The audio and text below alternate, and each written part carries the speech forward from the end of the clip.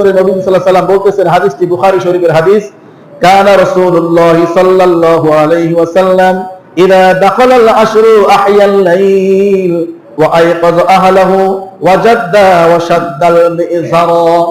নবীজি সাল্লাল্লাহু আলাইহি ওয়াসাল্লাম যখন রমজান মাসের শেষ দশক চলে আসতো, আহয়াল লাইল, আল্লাহর নবী সারা রাত ধরে জাগ্রত থাকতেন। আল্লাহু আকবার বলে। শুধুমাত্র আল্লাহর নবী সারা রাত ধরে জাগ্রত থাকতেন না, আল্লাহর নবী বলতেছেন ওয়া আয়কাযা আহলাহু, আল্লাহর নবী তার পরিবারদেরকেও তিনি জাগায়া দিতেন। এজন্য আমাদের উচিত আমরাও ইবাদত করব, আর আমাদের পরিবার যারা আছে তাদেরকেও আমরা ইবাদত করার জন্য তাকিদ দিব। রাজি আছেন ইনশাআল্লাহ?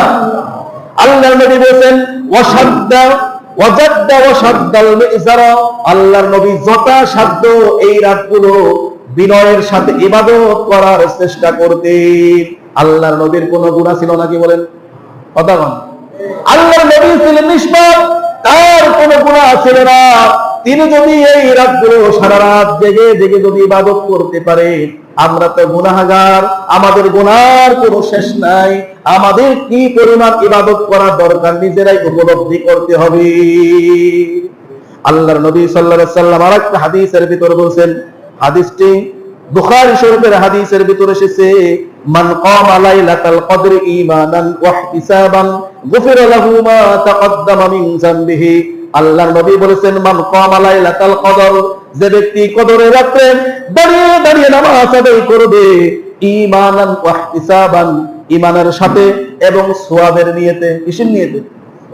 ঈমান থাকতে হবে আর সওয়াবের নিয়তে যদি কোনো ব্যক্তি লাইলাতুল কদরের ভিতরে দাঁড়িয়ে দাঁড়িয়ে নামাজ আদায় করে, আল্লাহর নবী বলেন গুফিরা লাহু মা তাকদ্দামা মিন যামবিহি, সে জীবনে যত প্রকার গুনাহ করেছে সব গুনাহ খাতা আমার মালিক তাকে maaf করে দিবে।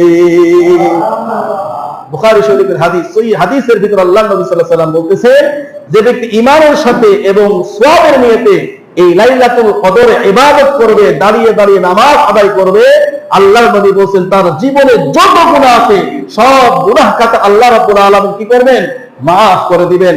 এই জন্য আমরা বেশি বেশি পরিমাণ এই লাইলাতুল কদরে নামাজ পড়ার চেষ্টা করব ইনশাআল্লাহ।